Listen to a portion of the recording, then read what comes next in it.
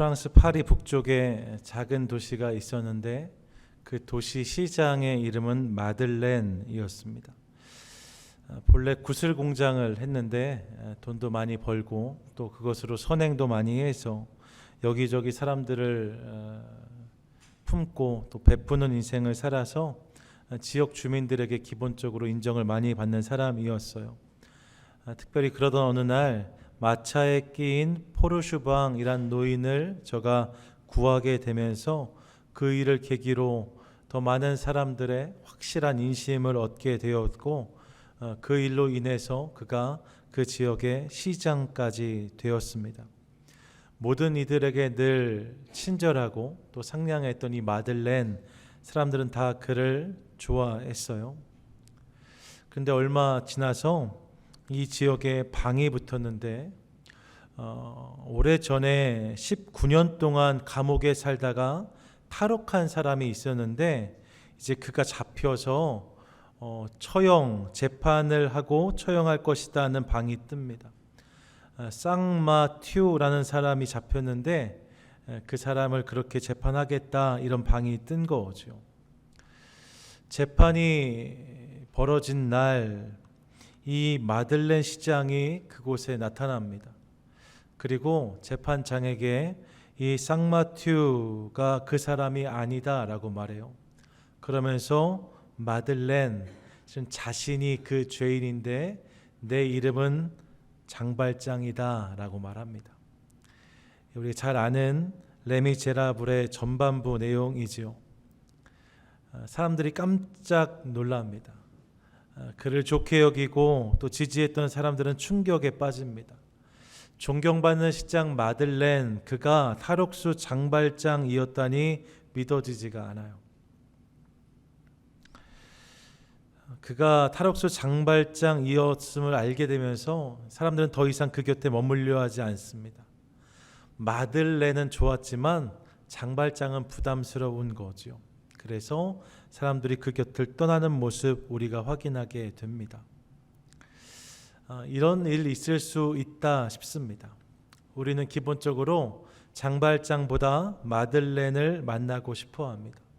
내 주변의 사람들이 장발장이 아니라 마들렌이었으면 좋겠다는 바람이 있습니다. 한 사람의 삶 가운데 마들렌과 장발장의 모습이 다 담길 수 있음에도 불구하고 우리는 마들렌만 만나고 싶은 마음이 있다는 거예요. 하지만 그럴 수 없죠. 모든 사람의 모습에는 흠과 허물이 있기 때문에 사실 마들렌만 만날 수는 없습니다.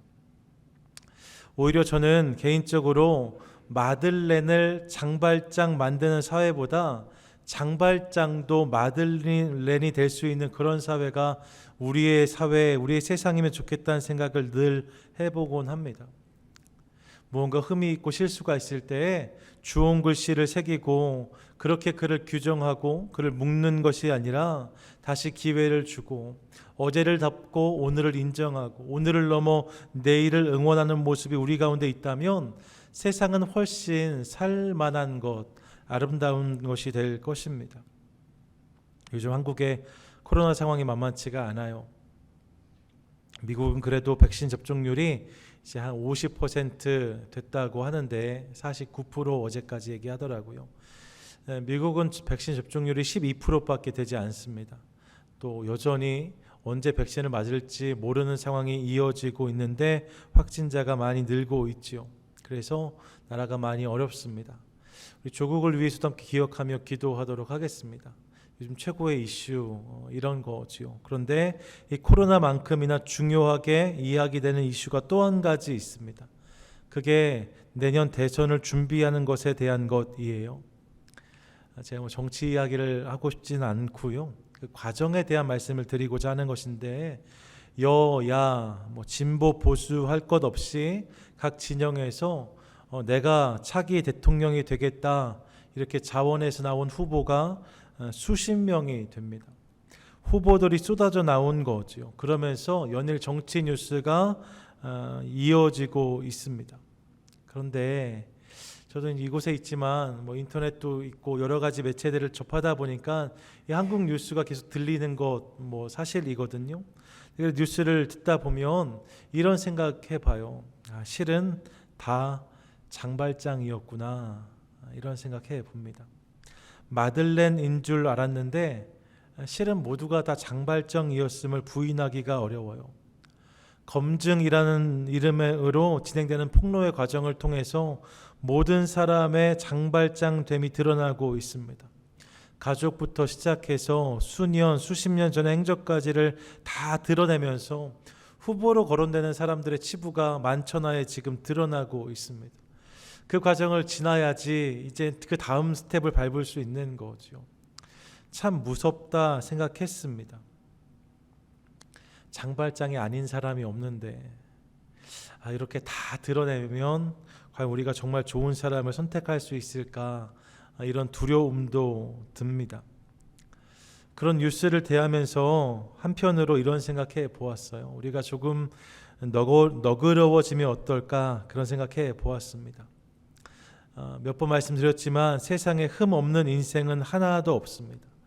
우리도 다 죄를 범하며 삽니다. 실수도 합니다. 허물도 있습니다. 여러분, 여기 서 있는 저도 그렇습니다. 단 위에 서 있는 저를 보면서 유목사는 이럴 것이다, 여러분 단정하시면 큰 오산입니다. 저에게도 허물과 부족함이 많습니다. 그것이 드러날까 노심초사하는 모습이 저에게도 있습니다. 누구도 예외가 아닙니다. 우리 안에 그런 부족함과 연약함이 다 있어요. 그러니까 그런 모습이 있는데 그것을 거짓과 위선으로 숨기고 있는 것은 문제겠지만, 그것을 진정으로 회개하고 돌이켰다면, 과거의 실수를 딛고 이제 정말 다른 인생을 살려고 몸부림치고 있다면, 그를 장발장이다 라고 손가락질하지 말고 마들렌으로 세울 수 있으면 좋겠다, 그런 생각해 봅니다. 세상은 몰라도 최소한 교회는 그런 공동체가 꼭 되어야 된다, 저는 그렇게 믿습니다. 흠이 있지만, 문제가 있지만, 허물이 있지만, 그럼에도 불구하고 교회에 나오면 교회 안에서 잘 다듬어지고 잘 보듬어지고 격려하고 세워지는 것을 통하여서 더 좋은 인생이 되는 것, 그런 은혜가 교회 안에 있어야 되는 거죠. 교회는 문제 없는 사람, 잘 사는 사람들이 모이는 곳이 되어서는 안 됩니다. 교회는 흠 많고 죄 많은 사람들이 모여야 돼요. 세상에서 환영받지 못하는 사람들이 찾을 수 있는 곳이 교회여야 합니다. 그래서 장발장들이 모여서 서로를 격려하면서 마들렌이 되어가는 과정을 함께 경험하는 공동체가 교회여야 하는 거죠. 주님이 그런 너그러움이 우리 가운데 있기를 원하십니다. 허물도 좀 덮어주고 실수도 좀 눈감아주고, 그러면서 하나님이 하실 일들을 소망하고 기도하는 공동체 우리 되기를 원하시는 거죠. 바라기는 우리 공동체 가운데 그런 은혜가 있어서 날마다 주님께서 허락하신 회복의 이야기들, 또 감격스러운 이야기들이 우리 안에 경험되어지기를 원합니다. 오늘 설교를 시작하면서 뜬금없이 장발장 이야기를 한 데는 다 이유가 있지요. 오늘 우리가 만나는 믿음의 사람이 다른 사람이 아니라 바로 기생 라합이기 때문입니다. 누구라고요? 기생 라합이요. 성경은 그녀를 무엇보다 기생이라고 소개합니다. 오늘 본문만 그런 것이 아니라 성경 곳곳을 보면 그녀를 라합이라고 부르지 않고 기생 라합이라고 부르고 있는 것을 확인합니다. 여호수아서 2장에서도 그들이 가서 라합이라는 기생의 집에 들어갔다 합니다.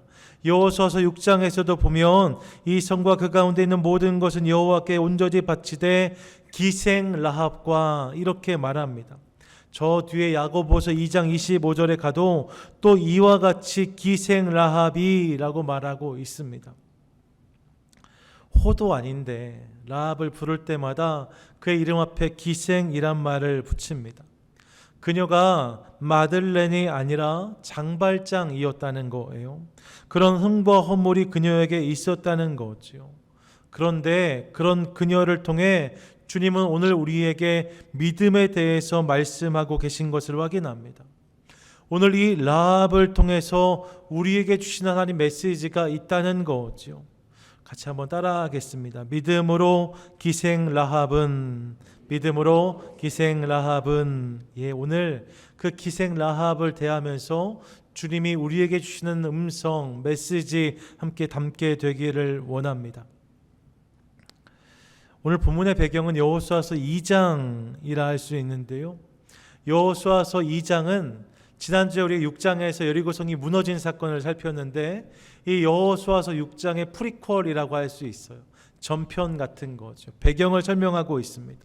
이스라엘 백성들이 40년 광야 생활을 마치고 이제 가나안으로 진격하려고 합니다. 이미 요단 동쪽에 있는 땅은 점령했어요.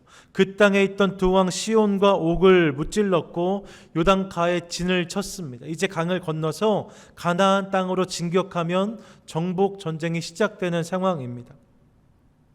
그 땅에 잠깐 멈춘 이스라엘 백성들, 여호수아는 보다 정확한 판단을 위해서 정탐꾼들을 가나안 땅으로 보냅니다. 정탐꾼들이 요단강을 건너서 가나안에 들어왔고, 그런 그들이 가장 먼저 마주한 성이 여리고였습니다. 예, 가나안으로 들어가는 첫 관문 같은 성이 여리고였으니까 이 일은 당연한 거죠. 정탐꾼은 신분이 노출되면 안 되잖아요. 여리고성에 들어가서 잘 숨기 위해 누구나 쉽게 찾을 수 있는 그런 윤곽, 기생집에 들어갔어요. 그 집의 주인이 누구였다고요? 라합인 거죠. 정탐꾼들이 이 라합을 알고 온 것이 아닙니다. 그냥 저기에 들어가면 사람들이 우리를 알아차리지 못하겠지 생각하고 몸을 숨긴 곳이 라합의 집이었다는 거죠. 하지만 그런 정탐꾼들의 생각은 잘못된 판단이었습니다. 이미 장정만 60만 명이에요. 이스라엘 백성들이 말입니다. 전체가 200만 명 가까운 무리입니다. 그 때가 요단강 건너편에 자리하고 있으니 여리고성은 그들이 등장했을 때부터 긴장하고 있었어요. 경계태세가 거의 최고 수준이었습니다. 수상한 사람만 나타나면 서로 혹시 하는 마음이 있는 상황이 여리고의 상황이었던 거죠. 정탐꾼들을 몰라볼 리가 없어요. 수상한 사람들이 라합의 집에 들었다는 소문이 성에 순식간에 퍼집니다. 그리고 여리고 왕이 이 이야기를 듣고 병사들을 라합의 집에 보냅니다. 이 집에 지금 들어간 수상한 사람들, 아마 이스라엘 정탐꾼들 같은데 그들을 내놓으라 합니다. 이제 라합이 순순히 그들을 내놓으면 정탐꾼들의 목숨이 위협받을 수밖에 없는 상황입니다. 그런데 여호수아 2장을 보시면 라합은 이 정탐꾼들을 지붕에 숨깁니다. 왕이 보낸 병사들 앞에서 정탐꾼들을 숨겨줍니다. 그리고 이 병사들에게 그들이 왔었지만 이미 떠났다는 거짓 정보를 흘려서 그들을 먼 곳으로 따돌립니다. 그런 일을 한 거죠. 그리고 그렇게 병사들이 엉뚱한 곳을 향해 간 다음에 그녀가 지붕 위에 숨었던 정탐꾼들을 찾습니다. 그리고 그들에게 자신에게 있었던 이야기, 자신이 듣고 알고 믿고 있는 바를 고백하는데 여호수아서 2장 9절부터 11절까지의 본문이에요.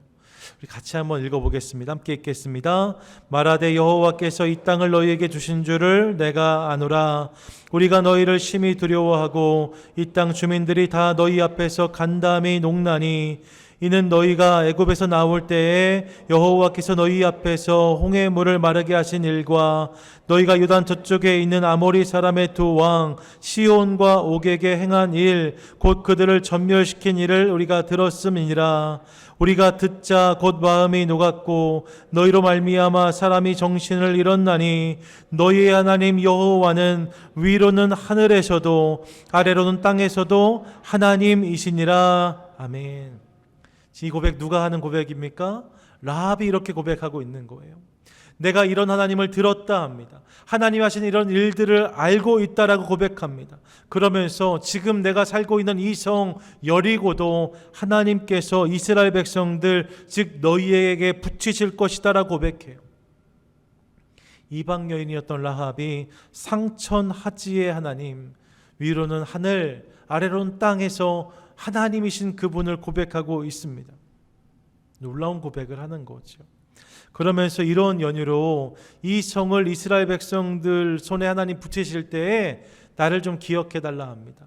우리 가족을 좀 기억해 달라 합니다. 그래서 이 성이 다 전멸당할 때에 우리 목숨을 지켜달라 요청하는 모습을 확인하게 돼요. 정탐꾼들은 그런 라합의 요청을 기꺼이 받아들입니다.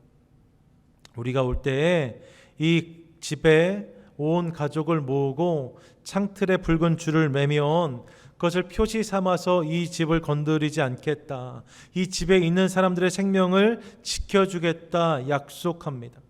그 약속을 받고 라합이 정탐꾼들을 보다 안전하게 돌아갈 수 있도록 그의 창틀에서 줄을 내려서 그들을 보냅니다. 안전하게 정탐꾼들을 돌려보낸 거예요. 그리고 그렇게 라합의 도움을 받은 정탐꾼들이 돌아와서 이제 그 땅에서 이런 일들이 있었습니다 고백하는 내용까지가 여호수아서 2장에 담겨 있습니다. 그리고 여호수아 6장에 가면 실제로 그날 라합이 고백했던 것처럼 여리고는 무너졌고 하나님이 이스라엘 손에 이 성을 붙이십니다. 그리고 이 상황 속에서 라합의 가족은 이 화를 면했다라고 성경이 기록하고 있습니다. 이것이 라합의 이야기인 거죠. 이 장면을 오늘 본문이 이렇게 말씀하는 거예요. 우리 한 번 더 본문 읽겠습니다. 시작. 믿음으로 기생 라합은 정탐꾼을 평안히 영접하였으므로 순종하지 아니한 자와 함께 멸망하지 아니하였도다. 아멘.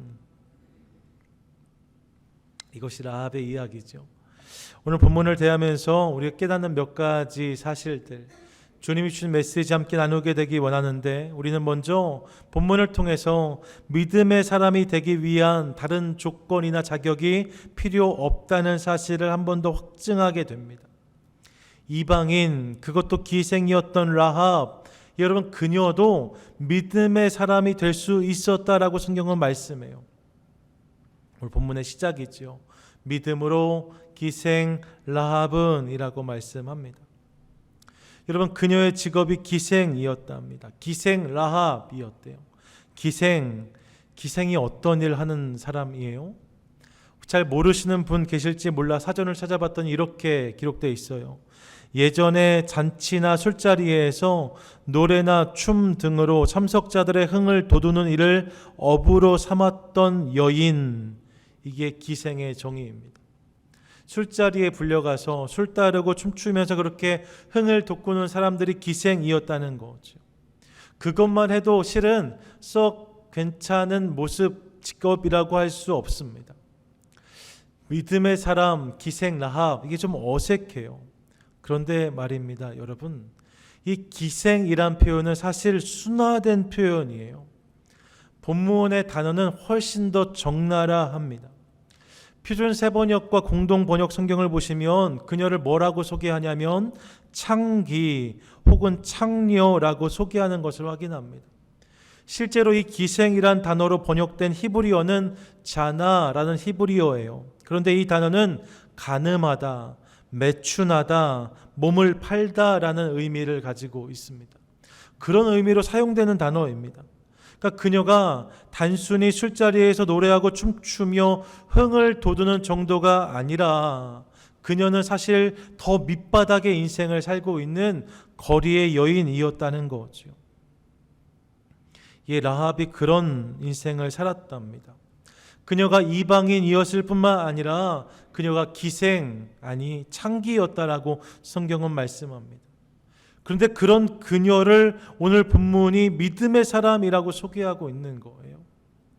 앞서 만났던 모든 믿음의 사람들을 여러분 떠올려 보세요.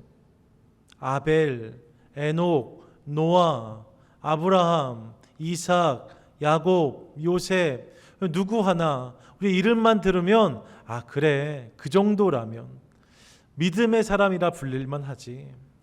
아 저런 인생 나도 좀 살았으면 좋겠다, 이런 소망이 생기는 사람들의 면면입니다.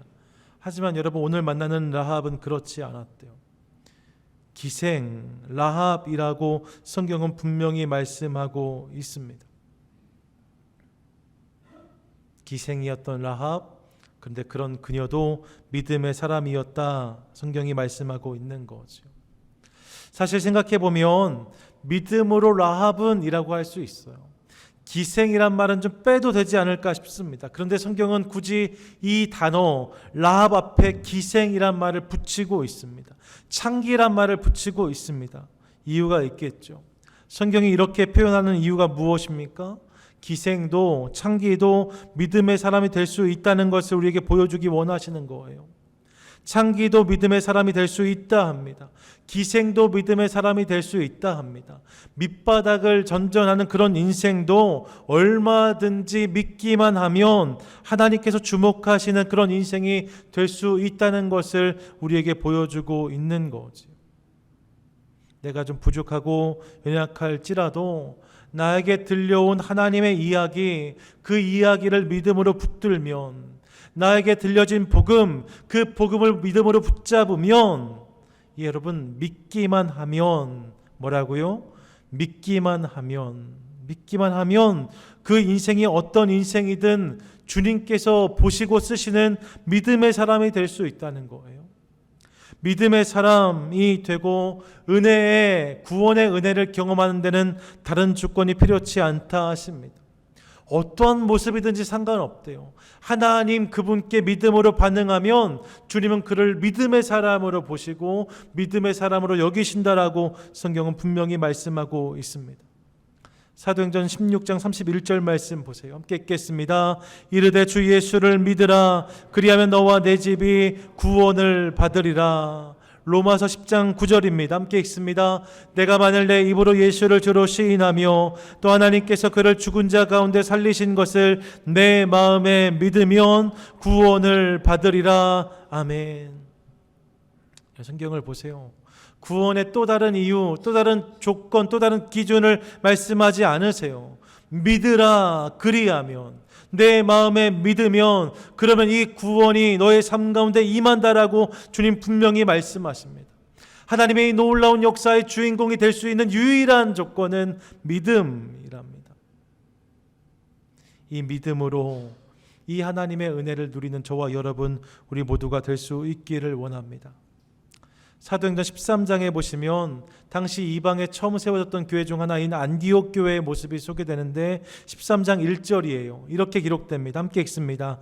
안디옥 교회에 선지자들과 교사들이 있으니 곧 바나바와 니게르라 하는 시므온과 구레네 사람 루기오와 분봉왕 헤롯의 젖동생 마나엔과 및 사울이라. 이런 사람들이 안디옥 교회를 섬겼답니다. 이들의 면면을 보세요. 처음 언급되는 바나바, 여러분 그는 자타가 공인하는 믿음의 사람이죠. 예루살렘 교회에서 그를 안디옥으로 파송했어요. 안디옥 교회를 살피라고 받은 사람입니다. 모두가 존경하는 믿음의 사람이었어요. 맞아요. 그런데 이 바나바 이후에 등장하는 이름들은 그렇지 않습니다. 시므온, 그는 니게르, 즉 흑인이었다 합니다. 흑인이 문제가 아니죠. 하지만 당시에 흑인은 별로 인정받지 못하는 사람들이었어요. 루기오, 그는 아프리카 북부 지방의 도시였던 구레네 출신이었다 합니다. 마나엔이라는 사람이 등장하는데 이는 예수를 십자가에 못 박는데 일조했던 분봉왕 헤롯의 젖동생으로 소개되고 있습니다. 헤롯과 절친한 사람이었다는 거예요. 예수를 십자가에 못 박는데 함께 도왔던 그 헤롯, 그와 친한 사람이 이 교회 안에 리더십 중 하나였다는 거죠. 무엇보다 사울의 이름이 눈에 띕니다. 예수 믿는 자들을 지독하게 핍박했던, 예수 믿는다고 하면 지독하게 박해했던, 기세로는 땅끝까지 쫓아가 저들을 잡아오려고 했던 사울, 이후에 사도 바울이라 불렸던 그가 이 안디옥 교회에서 함께 섬기는 자가 되었다는 거예요. 여러분, 이들에게 이런 허물과 이런 다름이 있었답니다. 모두가 다 신앙적으로 존경받을 만한 배경과 모습을 가진 사람이 아니었어요. 만약 다른 조건과 자격이 필요했다면 이들 중 몇몇 사람들은 이 교회에서 그렇게 섬기지 못했을 것입니다. 이 일은 가능하지 않았을 거예요. 하지만 성경은 직업과 상관없이, 인종과 상관없이, 과거와 상관없이 믿기만 하면 그 인생을 당신의 백성이라 하십니다. 믿기만 하면 그 사람이 하나님 백성이고 하나님의 아들, 딸이라 하십니다. 믿기만 하면 그를 성도로 부르시고 교회의 일꾼 삼으신다라고 성경이 말씀하고 있습니다. 그 은혜 안에서 이런 일들이 가능한 거죠. 믿기만 하면 주님이 그것을 우리에게 보신다는 거예요. 믿기만 하면 이 사실을 우리 마음에 다시 한번 깊이 새길 수 있기를 원합니다. 신앙의 여정을 걷다 보면, 인생을 살다 보면 사실 우리는 잘할 때보다 잘못할 때가 더 많아요. 공을 쌓기보다 허물을 더 많이 쌓는 우리의 모습을 대할 때가 있습니다. 만족스럽다 할 때보다 왜 이렇게 나는, 이런 생각이 들 때가 많이 있어요. 그런 생각이 들면 스스로를 자책합니다. 자괴감이 찾아옵니다. 나 같은 사람이 어떻게, 그런 생각이 들어요. 그러면서 이런 내가 어떻게 믿기만 하면, 이런 생각이 우리를 붙잡을 때가 있습니다. 불안한 거지요. 창피한 거지요. 부끄러운 거지요. 하지만 여러분, 아니다 하세요. 그럼에도 불구하고 허물이 있을 수 있고 넘어질 수 있고 흔들릴 수 있지만, 그럼에도 불구하고 믿기만 하면 이 하나님 말씀은 여전히 우리 삶에 유효하다고 주님 말씀하십니다. 창기 기생이었던 라합도 하나님에 대해서 듣고 그 들음의 믿음으로 반응했을 때에 주님이 주목하시는 믿음의 사람이 되었다라고 성경은 분명히 말씀하고 있어요. 기생 라합이 그랬다면 우리도 당연히 그럴 수 있다라고 성경은 말씀합니다. 이 사실을 기억하며 여러분, 연약하고 부족할지라도 날마다 삶의 자리들 속에서 주님 연약한 내 삶 가운데 믿음 더욱 주소서, 함께 구하고 그 안에 엎드리는 것을 통하여서 이 하나님의 놀라운 은혜를 경험하는 저와 여러분 우리 모두가 되시기를 간절히 소망합니다. 아멘. 자, 기생 라합이 하나님에 대해 들음을 통해서 믿음을 갖게 되었다 했습니다. 그 믿음을 통해서 기생이었던 라합도 믿음의 사람으로 인정받고 소개되는 것을 확인했습니다. 그런데요, 이렇게 믿음의 사람 라합을 떠올려 보면 제 안에 무언가 의아한 부분이 하나 있어요. 그것이 무엇이냐면, 사실 당시에 여리고에 사는 사람은 그녀만이 아니었거든요. 여리고성에 보다 많은 사람들이 살고 있었습니다. 최소한 수천 명의 사람은 이곳에 있었을 거예요. 그들도 당연히 이 소식을 들었을 것입니다. 하나님에 대해 들었을 거예요. 실제로 라합이 자신이 들은 이야기들을 전할 때 여호수아서 2장 아까 읽었던 9절부터 11절을 보시면 그녀는 내가 들었다 하지 않고 뭐라고 말해요? 우리가 들었다라고 해요. 우리가 들은 이야기, 우리가 들은 일들에 대해 고백하고 있는 것을 보게 됩니다. 예, 그 성의 사람들이 다 이 이야기를 들었다는 거예요. 그런데 그 많은 사람들 중에 오직 라합만, 누구만요? 오직 라합만 이 들음에 믿음으로 반응했다라고 성경이 말씀하고 있는 거죠. 이 부분이 의아합니다. 들은 사람이 많이 있었는데 그 중에 라합만 믿음의 사람으로 소개되고 있는 거예요. 아마도 라합에겐 이 소리가 더 크게 들렸던 것 같습니다. 모든 사람에게 이 소식이 들려졌는데 라합에겐 이 소리가 더 크게 들려졌다는 거죠. 왜요? 왜 그녀에게 이 소리가 더 크게 들려왔을까? 저는 그 이유를 그녀의 형편과 삶의 자리에서 찾고 싶습니다. 여러분, 사실 라합은 힘들고 어려운 삶을 사는 여인이었어요. 첫째로 그녀는 가난했습니다. 당시 기생, 창기의 삶을 선택한 여인들은 그 대부분의 이유가 경제적인 것이었어요. 몸을 팔지 않으면 살 수 없는 상황 때문에 그렇게 된 사람들이 대부분이었다는 거죠. 그녀가 그런 인생을 살았습니다. 뿐만 아니라 정탐꾼들에게 우리 온 가족을 구해 주십시오 이렇게 요청하는 것을 보면 그녀가 지금 가족들을 책임지고 있었다는 사실도 우리가 알 수 있습니다. 어떠한 이유인지는 모르겠어요. 하지만 그녀는 열악한 상황 속에서 가족들을 다 살펴야 되는, 돌봐야 되는 가장의 역할도 감당하고 있었다는 거예요. 힘들고 어려운데 이런 삶의 무게까지 그녀를 짓누릅니다. 매일매일이 버거운 인생이 그녀의 삶이었다는 거죠. 그런 라합의 현실과 상황을 가장 잘 보여주는 본문이 여호수아서 2장 15절이라고 할 수 있는데 2장 15절 같이 한번 읽겠습니다. 시작. 라합이 그들을 창문에서 줄로 달아내리니 그의 집이 성벽 위에 있으므로 그가 성벽 위에 거주하였음이라. 아멘. 예, 그녀가 힘들고 어려운 삶을 살았는데 그것을 가장 잘 보여주는 본문이 이거예요. 그녀의 삶의 자리가 어디였다고요? 성벽 위였다라고 말씀해요. 성벽에 거주했다는 거죠. 왜요? 왜 성벽에 거주했을까요? 성벽이 뷰가 좋아서 그렇지 않습니다. 고대 근동에서는 대부분 도시 국가였는데 이 도시와 도시가 전쟁을 일으키는 일들이 많았어요. 이렇게 갈등과 전쟁이 일어나면 성벽은 늘 가장 먼저 위험에 노출되는 지역이었습니다. 가장 위태하고 가장 어려운 지역이 그 성벽 위였습니다. 그래서 고대 근동에서는 이 성벽을 이중으로 쌓았는데 그 바깥쪽 성벽 그 끝자락에 가장 힘들고 어려운 사람들이 자리했어요. 여리고성 사진을 제가 준비했는데 여러분 이렇습니다. 그 터를 근거로 해서 이런 조감도를 그려본 거죠. 성벽이 이중으로 되어 있는 거 보이시죠? 이 사진을 보면서 제가 한번 질문 드려볼게요. 여리고성 사람들 중에 보다 가진 것이 많았던 사람, 보다 누릴 수 있는 것이 많았던 사람, 왕, 어디에 집을 짓고 살았을까요?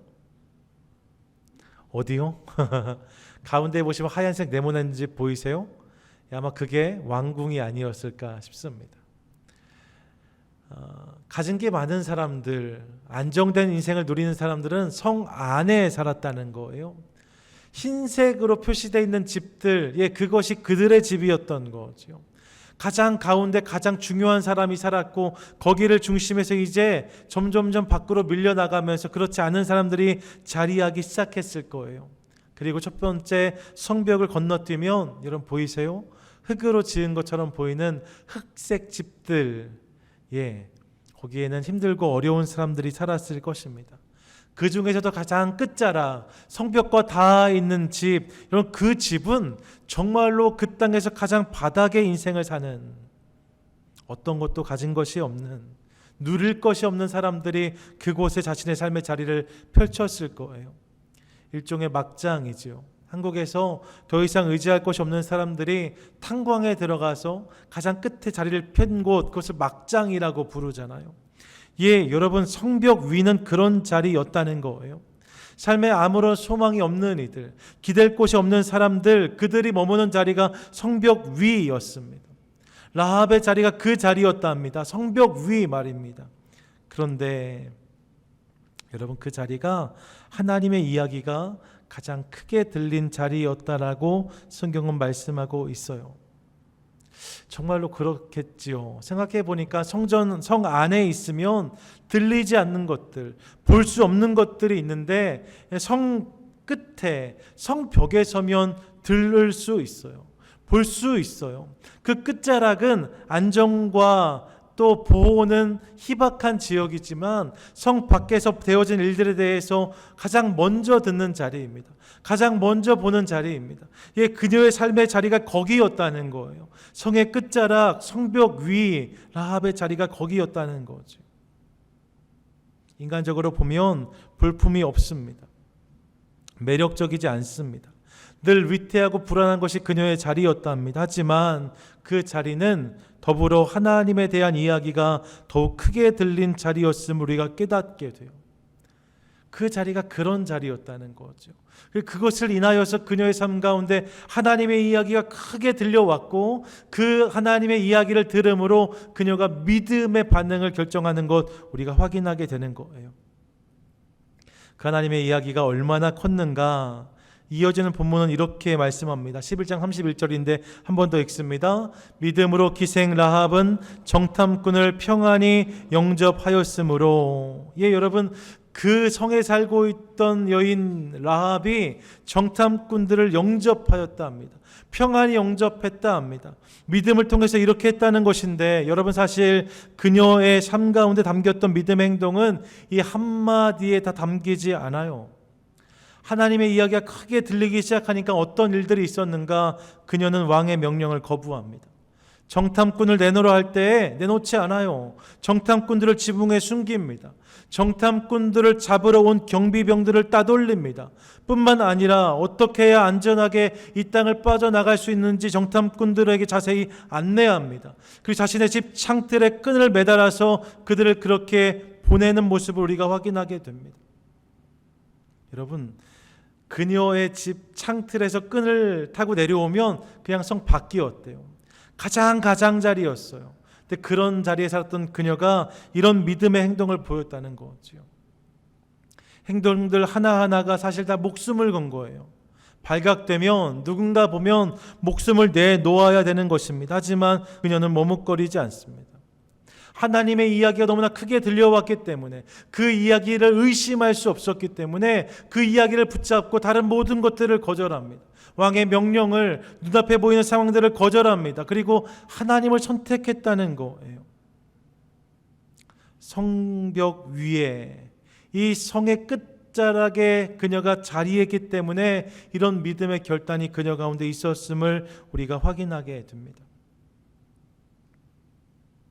마태복음 5장에 가면 산상수훈을 시작하며 주님은 이렇게 말씀하세요. 5장 3절인데 함께 읽습니다. 시작. 심령이 가난한 자는 복이 있나니 천국이 그들의 것이미요. 아멘.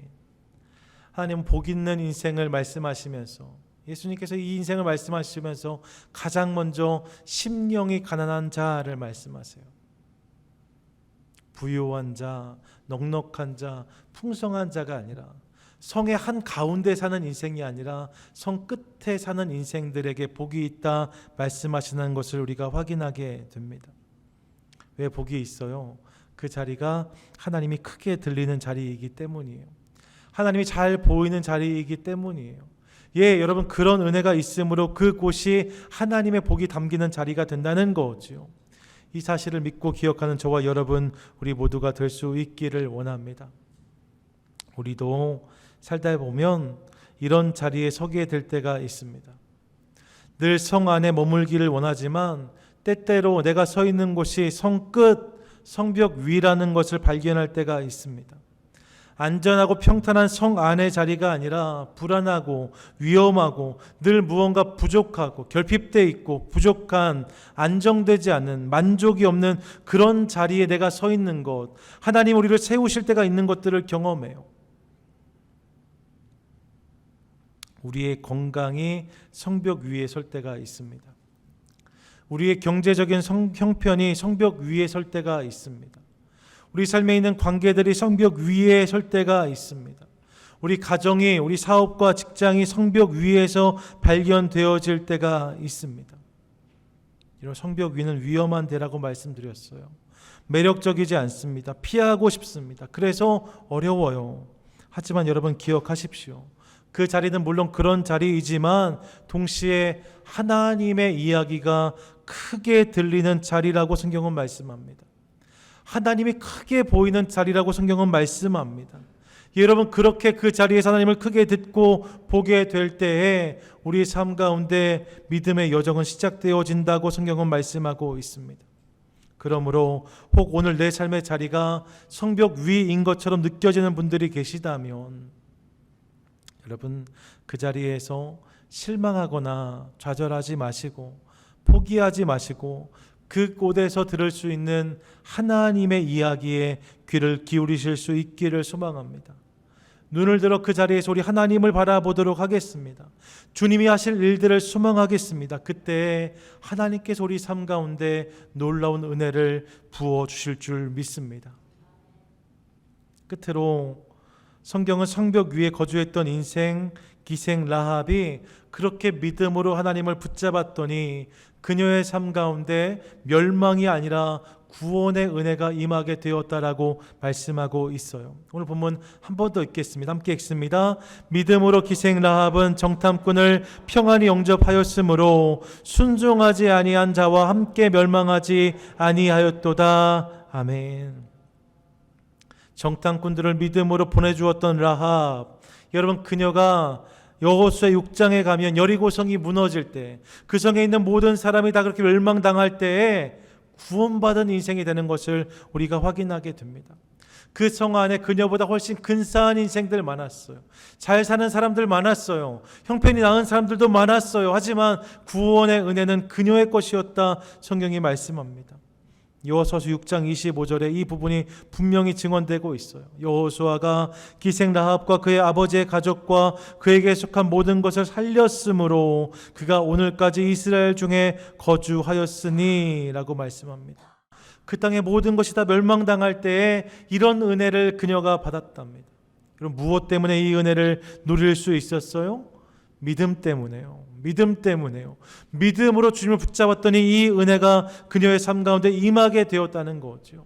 비록 기생이었지만, 비록 그녀의 삶의 자리가 성벽 위였지만, 그곳에서 그녀가 믿음으로 하나님을 붙잡았더니 이 은혜가 그녀의 것이 되었다, 성경 말씀하고 있습니다. 우리 삶에도 이런 은혜가 경험되어지기를 축복합니다. 주님을 믿는 인생에 주님이 주시는 은혜, 그 은혜를 누릴 수 있기를 원합니다. 그런데 여러분, 성경을 보시면요, 그녀가 경험한 은혜는 사실 이게 다가 아니에요. 이후에 우리는 이 라합의 이름을 마태복음 1장 5절에서 다시 발견합니다. 마태복음 1장 5절 같이 한번 읽을까요? 살몬은 라합에게서 보아스를 낳고, 보아스는 룻에게서 오벳을 낳고, 오벳은 이새를 낳고 라고 말씀합니다. 본문을 잘 보세요. 기생 라합이 여호수아서 6장에서 놀라운 구원을 경험했습니다. 근데 여러분, 그 구원의 사건이 그녀에게 임한 은혜의 전부가 아니었답니다. 은혜의 끝이 아니었답니다. 더한 일들이 벌어지고 있는 것을 확인해요. 어떤 일들이요? 이후에 그녀가 그렇게 그 성을 점령한 이스라엘 백성들 중에 유다 지파 사람이었던 살몬과 결혼하게 됩니다. 살몬을 남편으로 맞아요. 그리고 그 사이에서 아들을 낳는데 그의 이름이 뭐예요? 보아스예요. 이 보아스가 누구의 남편이에요? 룻의 남편입니다. 기억하세요? 여러분, 이방 여인 룻 말입니다. 모압 여인이었던 나오미의 며느리 룻, 그녀의 남편 보아스가 라합의 아들이에요. 이방인들에게 좀 적대적이었던 이스라엘 백성들인데 보아스가 유독 룻에게 친절했던 이유를 우리가 알 수 있죠. 왜요? 그녀의 어머니도 이방인이었던 거예요. 모압 여인을 대하는데 불편함이 덜했던 거죠. 그렇게 보아스를 낳았답니다. 이 보아스가 룻과의 사이에서 오벳을 낳습니다. 오벳은 다시 누구를 낳아요? 이새를 낳습니다. 이새의 아들이 누구예요? 다윗입니다. 이스라엘의 위대한 왕 다윗. 여러분, 그 다윗의 고조 할머니가 누구예요? 라합이라는 거예요. 다윗이 라합의 후손이었다, 성경은 말씀하고 있습니다. 여러분, 라합은 이런 일을 한 번도 상상해 보지 않았을 거예요. 한 번도 상상할 수가 없었어요. 기생으로 성벽 위에 살면서 매일매일 연명했던 그녀는 이런 일을 꿈꿀 수 없었어요. 그런데 그녀가 믿음으로 하나님을 붙잡았더니, 그녀가 구한 것은 구원이었는데 하나님께서 그녀의 삶 가운데 구원의 은혜만 주신 것이 아니라 다윗의 고조 할머니가 되는 귀한 은혜를 주셨다 말씀합니다. 이게 끝이 아니에요. 이 마태복음 1장 5절은 누구의 족보입니까? 예수 그리스도의 족보예요. 예수님의 족보에서 지금 그녀의 이름이 발견되는 것을 확인합니다. 인류의 그리스도 메시아로 오신 예수님, 그분의 족보 안에 그녀의 이름이 담겨져 있는 거죠. 오래전 여리고에서 몸을 팔며 성벽 위에 살았던 그녀가 오늘 그 예수님의 족보 위에서 우리를 만나는 것을 확인하게 됩니다. 그런 은혜가 그녀의 삶 가운데 있었다는 거예요. 누가 주신 은혜입니까? 하나님이 주셨습니다. 무엇 때문에 주셨습니까? 믿음으로 주신 거예요. 그녀가 하나님을 붙잡았더니 하나님이 이런 은혜를 그녀의 삶 가운데 부어주셨다는 거죠. 저는 우리 삶에도 이런 은혜가 임하게 되기를 원합니다. 이런 주님을 믿고 붙잡는 것을 통해서 그날 라합이 경험했던 놀라운 축복이 오늘 우리 삶 가운데도 임하게 되기를 축복합니다. 아멘. 여러분, 우리 하나님은 풍성하신 분이세요. 넉넉한 분이세요. 엘샤다이의 하나님, 모든 것에 부족함이 없는 하나님이 우리 하나님이십니다. 그렇게 그분은 믿음으로 구하는 인생 가운데 구하는 것보다 더 넉넉히 더 풍성히 채우시는 것을 믿으시기 바랍니다. 오늘 성경이 그 하나님을 믿음으로 붙잡으라고 우리를 초대합니다. 그 하나님을 믿음으로 바라라고 우리를 도전합니다. 그렇게 주님을 바라볼 때, 그렇게 주님을 믿을 때 우리 삶 가운데 동일한 은혜가 임하게 될 거다 말씀하고 있어요. 이 초대 앞에 좀 믿음으로 반응하지 않으시겠습니까? 우리가 구하는 것보다 더 놀랍게 역사하신 하나님, 그분이 우리 삶 가운데 그런 일을 베풀기 원하신다라고 성경은 말씀합니다. 바라기는 이 하나님을 기억하시면서 하나님 그 은혜 나도 받고 싶습니다. 우리 삶에도 임하게 되기를 원합니다. 우리 가정도, 우리 자녀들도, 우리 사업과 직장에도 그런 은혜가 임하게 되기를 원합니다. 이것을 위해서 우리가 주님을 더 믿겠습니다. 더 붙잡겠습니다. 하나님 은혜를 부어 주시옵소서. 함께 구하고 응답받는 저와 여러분 우리 모두가 되시기를 주님의 이름으로 간절히 축원드립니다. 아멘.